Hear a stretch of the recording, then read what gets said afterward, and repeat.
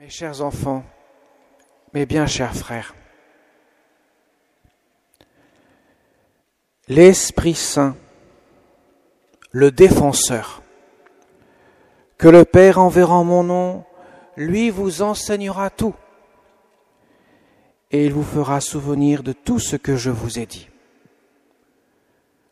Voilà ce que Jésus enseigne à ses apôtres avant de quitter la terre pour l'avènement du défenseur qui est l'Esprit Saint que l'on reçoit le jour de Pentecôte. Pentecôte, 50 jours après Pâques, le Saint-Esprit descend sur les apôtres. Il vient remplir leur cœur de son amour. L'Église du Seigneur commence sa mission. Elle prend vie. L'Esprit Saint vient habiter notre cœur pour que nous puissions avoir la foi, avoir l'espérance et avoir la charité. Alors avoir la foi. Mes enfants, aujourd'hui, vous allez confesser votre foi. La foi que vous avez reçue le jour de votre baptême. Ce jour-là, vos parents, parrains, marraines, ils ont dit « Je crois en Dieu le Père, en Dieu le Fils et en Dieu le Saint-Esprit à votre place. » Aujourd'hui, vous allez affirmer la foi de votre baptême, la foi dans laquelle vous avez été baptisés. Parce que nous croyons que Dieu est Père, Fils et Saint-Esprit. Il est la Sainte Trinité. 3 personnes en un seul et même Dieu, que seul le Saint-Esprit peut nous révéler. Nous ne pouvons pas le connaître par notre simple intelligence. C'est absolument impossible. C'est inimaginable. Ça ne peut venir que de Dieu. Et vous, qui avez fait votre confirmation hier soir, vous avez reçu les 7 dons de l'Esprit Saint. Nous l'avons entendu dans la séquence juste avant l'Alléluia. Les 7 dons de l'Esprit Saint qui vous donnent cette plénitude des dons de Dieu pour que vous puissiez témoigner de votre foi. Mes chers amis, la foi que nous allons professer aujourd'hui et que les enfants vont professer devant tout le monde, devant Dieu, cette foi, nous la recevons le jour de notre baptême. Cette foi nous conduit à accueillir l'amour de Dieu. Jésus l'a dit, « Si vous m'aimez, vous garderez mes commandements. » L'amour est au cœur de la foi. L'amour est la clé de la connaissance de Dieu. Tous ceux qui aiment Dieu connaissent Dieu, dit saint Jean. Celui qui n'aime pas Dieu ne connaît pas Dieu. L'amour que Dieu déverse dans notre cœur permet non seulement de croire en lui, mais aussi d'avoir cette certitude de l'espérance du ciel, le bonheur éternel, auquel tous nous aspirons. Que nous soyons d'ailleurs croyants ou pas, peut-être certains d'entre vous ne le sont pas, au fond de notre cœur, nous avons une aspiration à un bonheur éternel.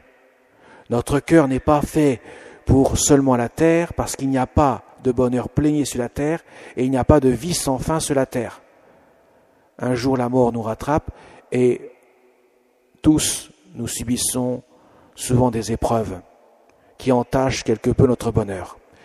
Jésus, qui est Dieu fait homme, a donné sa vie pour que l'homme puisse accueillir cette aspiration dans son cœur par le don de l'Esprit Saint, c'est-à-dire le bonheur éternel. Voilà pourquoi nous recevons l'espérance. Et enfin, la charité, c'est pour aimer de l'amour de Dieu. Dieu déverse dans notre cœur son amour qui emplit notre cœur de sa présence, pour que nous puissions pas seulement aimer avec notre cœur humain, qui est trop faible, mais aimer avec l'amour de Dieu. Parce que Dieu seul peut nous conduire à ce bonheur éternel qui est fondé sur l'amour.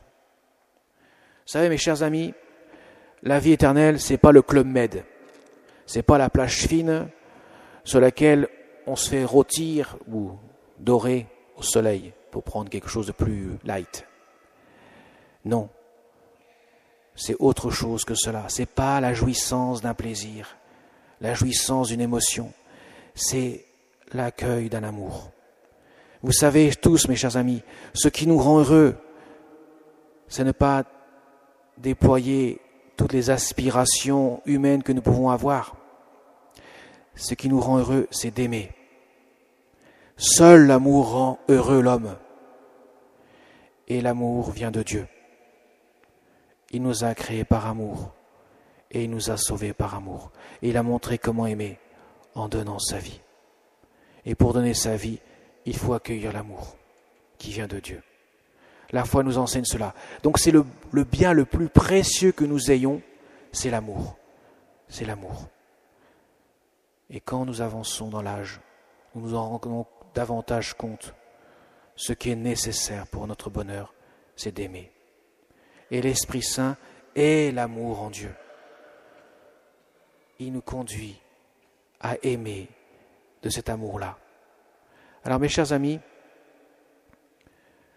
nous allons demander au Seigneur, avec l'intercession du cœur immaculé de Marie, de pouvoir davantage accueillir l'amour de Dieu.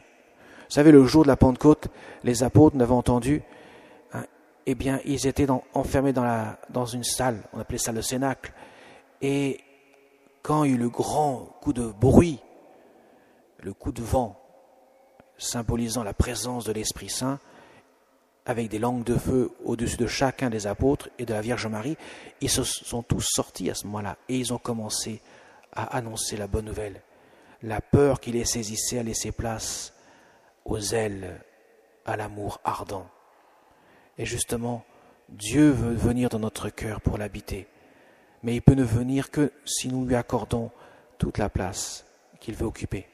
Voilà pourquoi nous avons une mère dans le ciel, la Vierge Marie, que nous chanterons à la fin de la messe avec tous les enfants réunis pour demander à la Sainte Vierge de nous aider à dire oui à l'amour de Dieu. C'est ce qu'il y a de plus précieux que nous puissions avoir, même sur terre. Le reste passera, mais l'amour demeure éternel. Même quand quelqu'un nous quitte, nous gardons le souvenir de l'amour que nous avons vécu avec lui.